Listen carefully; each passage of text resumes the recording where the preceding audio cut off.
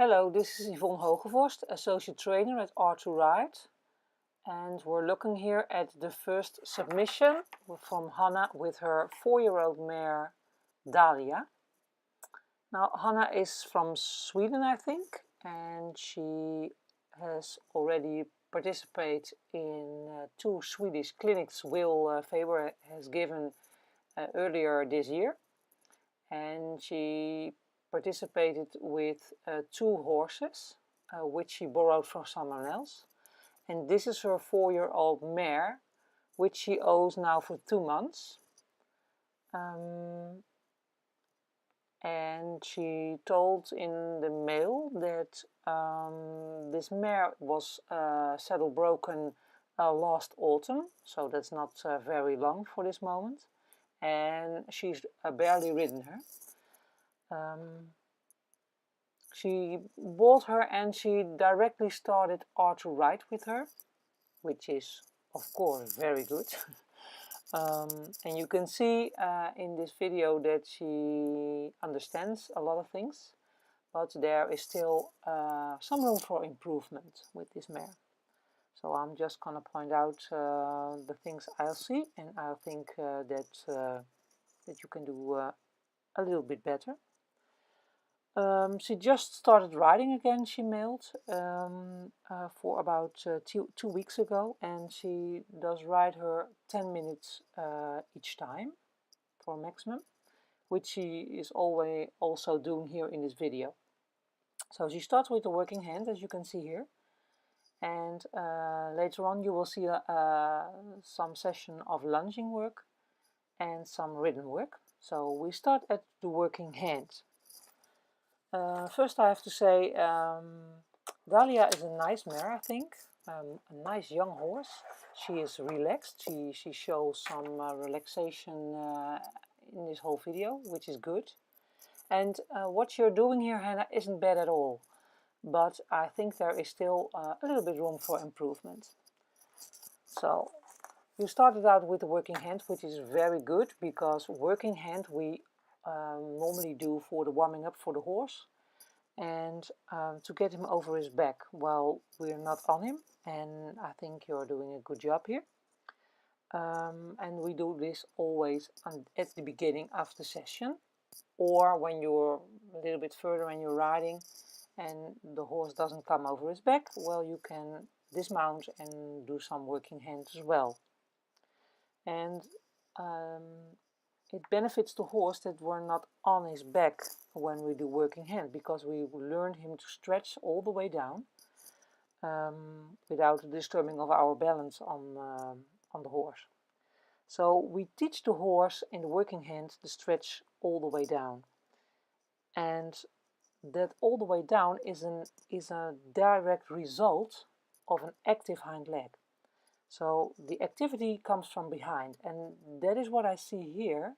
Your horse has a very big strides, I think, and well, it just could be a little more active and not in tempo, so you don't have to rush, but she has to put her hind legs more under her belly in an active way.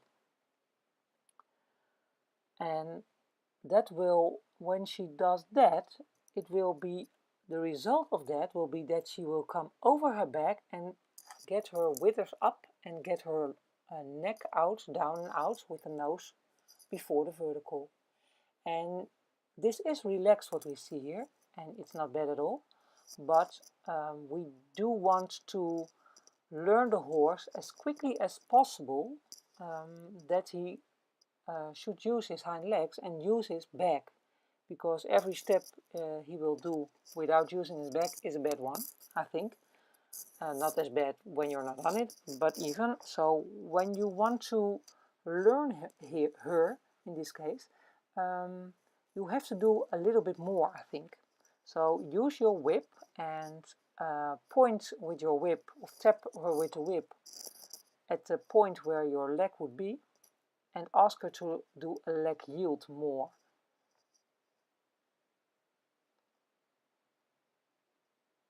And here she's a little bit bent over in the neck, too much bent I think, but you're giving her a treat here and you change the rein.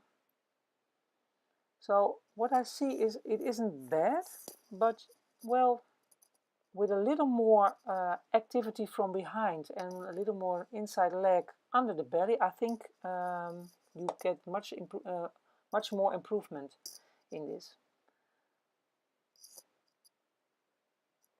So she's not coming through enough yet, I think. She could have done more. Now what I notice is that your inside hand sometimes become below the mouth, and you have to be aware of that you will restrict her at that moment. So always keep in mind to keep the inside hand above the bit, with a little bit of contact, of course. And when your horse is coming up with his neck, you have to follow with your hand. So you will never get the bit on the layers. That's why we always lift our hands, so the horse won't feel restriction in his mouth, only feel a little bit of contact in the corner of the mouth. So that's the same what we do with riding. Then we also don't want the bit to get pressured on the layers. So that's why we follow with our hands a little bit upwards when the horse is getting his head up. So that is a point that you can work on for yourself.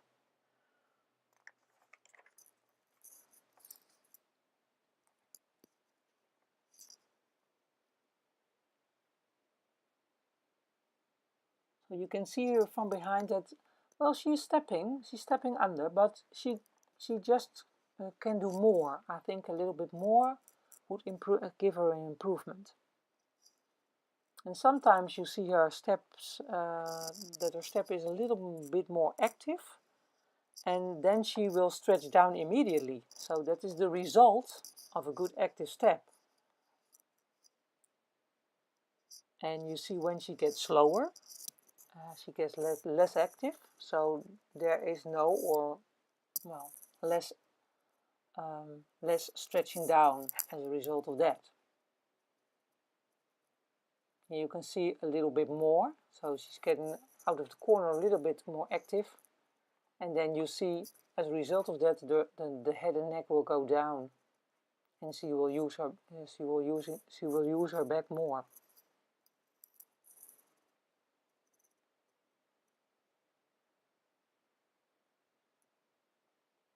So you can see here that is a little bit, you leave it to her, I think. You have to be more, you have to point it out more to her. Here you're doing a little bit more, but now she's bending her neck. And instead of bending her neck, I think you should tap her with a whip to get the hindquarters out. A little bit of bending in the neck isn't so bad, as long as you keep the outside rein in contact.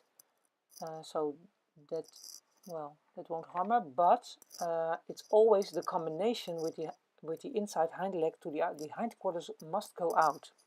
And that is what we do when we are working hand, that is what we do when we are lunging, and that is what we do when we're riding. And I think that's the main issue of your whole working here with the working hand, later on also with the lunging and even with the riding. The hindquarters must go out. But she's totally relaxed, I think, and well, I think she's, you can, yeah, it's a nice mare. I think you can, workable horse, what we call, so that is nice. Oh, here's some few steps that are better.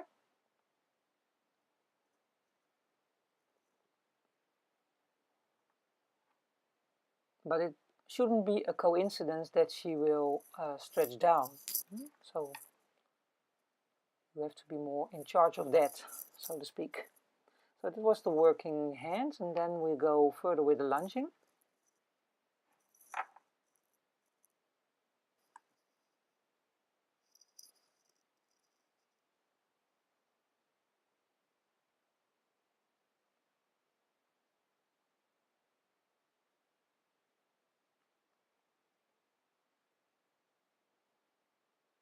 I like the way that you walk with her when you start lunging. You walk with her and then you put her out on a bigger circle, I noticed, and I think that's the way to do it.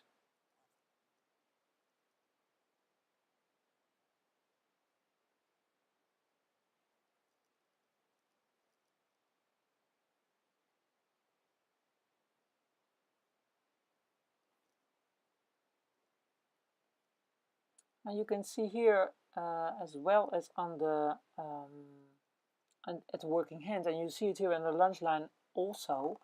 Well, she's moving, but it could have been more active. And sometimes I see with the lunging, I see it here, but I later on in the clip I does see it too. There's a little slack in the line at some moment. So try to keep the contact. It can be light, it should be light, but you have to get contact. And when you have contact, then you can put the hindquarters better out.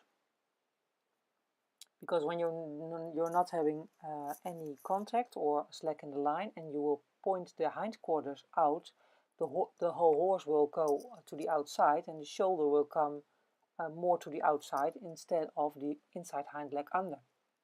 So that's the main reason we want to have contact on the mouth with the line. And just as in the working hand, I would like you to get more stretch at the beginning from her on the lunge line as well. So here you should have give her the direction to get the total stretch to do all the way down to the ground. And I wouldn't go into the trot if she doesn't do that, but it's hard, I know, it's hard to learn, and you're learning and your mare is learning, so you're both on the same train, so to speak. And I think that you wanted to have more activity here and that she responding by trotting. So, well, that can happen, and it doesn't matter because every activity forward is good. So you do a good job by just letting her a little bit of a trot and then again back to the walk.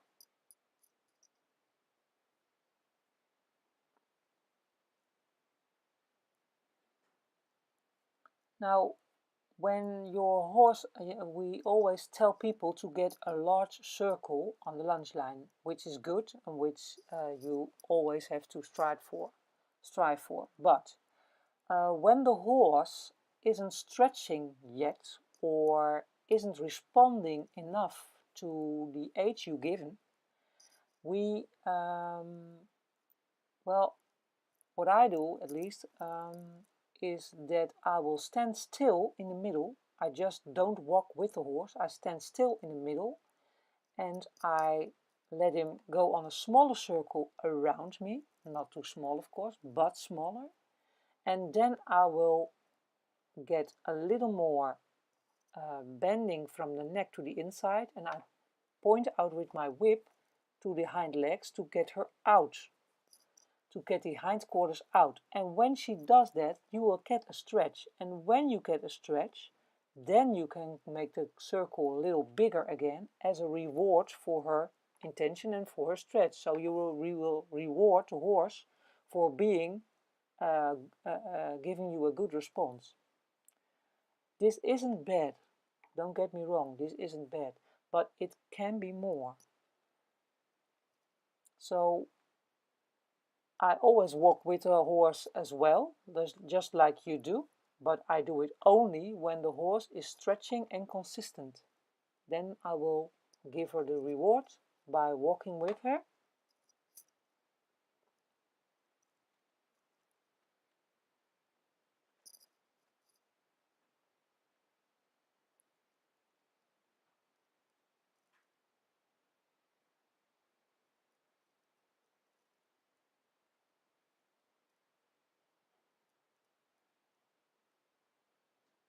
And you see the head and neck are up and down, and well, it's a young mare, so it doesn't matter that much, but she'll have to learn to concentrate on her work, and when you're pointing it out to her, then she will immediately respond. I know for sure, because young horses aren't damaged as we speak, so to speak. So it's a very natural way for them to respond on the way if we point it out good enough.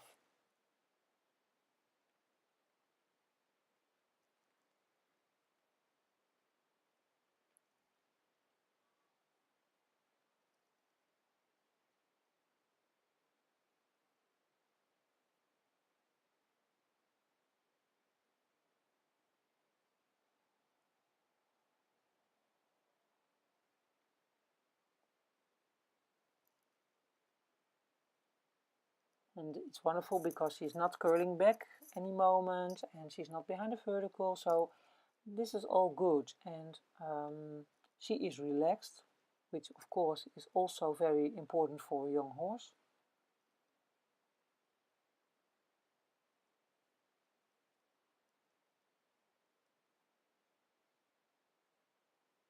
Giving a treat is always a good thing to do when you change rein, or when you, well, when you're ready with the training or something like that.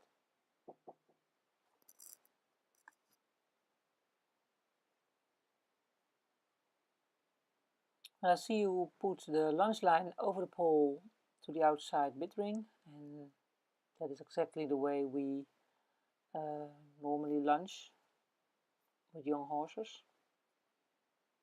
But even with older horses we do that as well.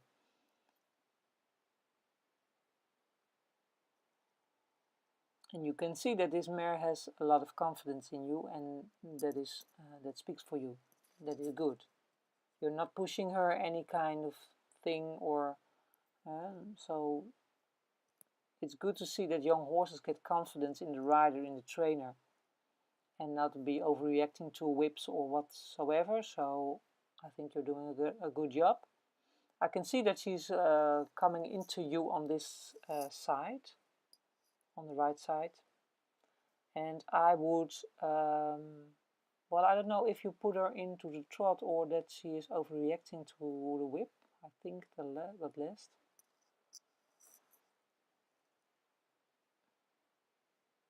And that doesn't matter, because active is good. So remember that a horse always wants want to give you rather a bad trot than a good walk, because a good walk will take more effort and will take more concentration and more from the horse. So it's totally normal that horses who are learning this are getting into the trot at first. But you're doing a good job by just bringing her back to the walk and asking it again. And here is the same as on the other hand. I think you should keep contact on the lunge line, not don't let the line in a slack, and get the hand quarters out. And I know it is difficult, because when the horse is on this side, your horse, and she will come into you, and you have to keep contact on the line, well, most of us are afraid that she will come into you more. Well, then it is time you point out with your whip to the shoulder to put her out, or to the belly to put the whole horse to the outside. And your body language is also important. Make yourself big, walk towards her, so that you will create a little bit less space, but then you push her out with your body, if you know what I mean. And if she doesn't respond to that, then you can use your whip pointing at her shoulder to get her more out. And I would rather see her in a nice stretchy walk before you go to the trot.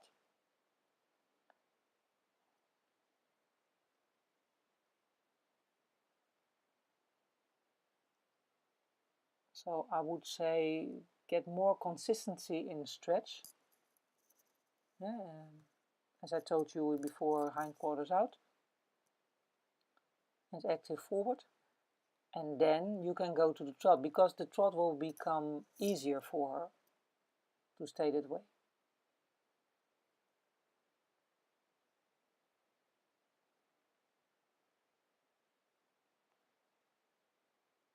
And it's not bad at all, but it isn't consistent enough, and it's not active enough. And for the record, active is not the same as tempo. You're not shoot rushing her, which you don't do here, because the activity of the hind leg is most important to get the horse over his back and stretch out, nose down and out.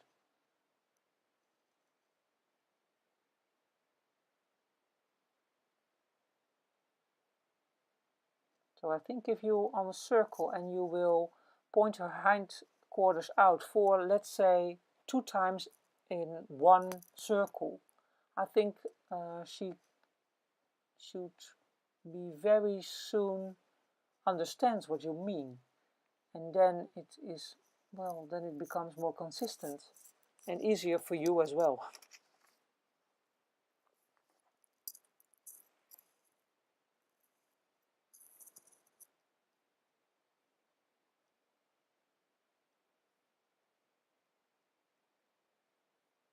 I see you trying to get her more active in the walk here, and she doesn't respond enough, I think. So you ask her, but she doesn't do anything with your aid, so you have to be more firm about that. And here you can see that she is a little distracted, and sure, every horse can take a look at something else outside of the arena, what is happening, but you should move her at that moment. You can see that you first let her here, you stop her, or she stops herself, but I think you should be more consistent yourself here and tell her that you want her to pay attention to you. So she, I always says the horse can watch with one ear, if you know what I mean. So I will say the attention from her should be at you. And at the moment she is distracted, okay, that's all right. I want to move her forward, and she can watch with one ear to the other side, but she has to be concentrated on you. And, well, then you ignore her behavior for watching out, and you're just telling your story and giving your aids again, and then it will be, well, there's no need, and you will see that the next moment she's with you again. So that would be my advice when she is distracted, or when she's looking. Also, when you're riding and horse is distracted, ignore it and ask her attention. So you can, for instance, say, well, we're going to do a leg yield now because I want to, or we're going to shoulder 4, and you get her attention, and then she will not be distracted by anything else. So now we're going to watch a little bit of riding. And you told in your email that you don't ride long, and I think that's the right thing to do, because when the horse isn't using his back correctly enough yet, we shouldn't ride much. So what I notice here in your riding is that your upper body is a little bit too far forward. So I would advise you to stretch yourself up and put your shoulder blades to each other, so to speak, because that will lift your back, and then you will come out with your butt out of the saddle with your seat bones. So it will be lighter for the horse. And another thing I see here is that you have your arms too straight. we always want to ride with a hook in our elbow, if you know what I mean. So you have a line from the bit rings and the rein to your elbow. That should be one line. And when the horse is moving his head and neck, your elbows will be moving as well. So you will always have a constant contact on the mouth. And what people do when they have straight arms, the arms are always low at that moment, and when you have contact on the bit and the horse will come higher with his head and neck, and you have straight arms, you will automatically give some pressure on the horse's mouth, on the layers, what I told with the working hand. It's the same here with riding. So when you don't have your elbows in a hook, in a corner, how do you, I'm not a native speaker speaking English, so I hope you understand what I'm saying. You must compare it as if you have no reins and your fingers, your first finger, are clipped on the bit rings. That should be the feeling of the bit. So when the horse is moving his head up, your elbows and your arms are going up as well. And again, same as with the working hand and with the lunging, I wouldn't trot before you get a nice stretch. And you can see that, well, she is a little bit irregular here, I think. And she doesn't want to go forward. What I see in your seat is that you're pushing her with your seat. So I don't think she's, well, very responsive to your leg. So I wouldn't recommend to trot at this moment before she gets with the working hand and lunging good over her back, and then I would do but if I would ride her only in walk and wait until she uses her back well enough to get a decent trot. And I don't think you get a decent trot at this moment with her. So that's not beneficial, I think. And it's short, so okay. And I do understand that you want to try a little bit, and there's nothing wrong with that. But to be honest, I should wait. I should wait before, just when she's ready for it, and she isn't. You can see in the trot, sometimes she's coming behind the vertical, and she's seeking, and when your seat, your upper body is too much forwards, as we see here, she can't come into a good balance at that moment. So she's struggling with her balance, and she's struggling with you on her. And well, the contact with the bit can be better if you get your elbows more in a hook. So and then you should give her more rein, because I think when you're giving, you should give her more rein here, because you can see that she's becoming behind the vertical. When you slide your reins through your fingers, she will go down, I think. And when you think you're not up to it because you're maybe a little bit afraid, she's a young horse and she can be maybe distracted or spooky, or I don't know, but if you don't feel confident with it, don't do it. But don't trot then, because first get it more established and more consistent in walk. That would be my advice to you for the ridden work. So I hope you got some tips for me, and well, good luck, keep up the good work, and hope to see you soon for a second submission.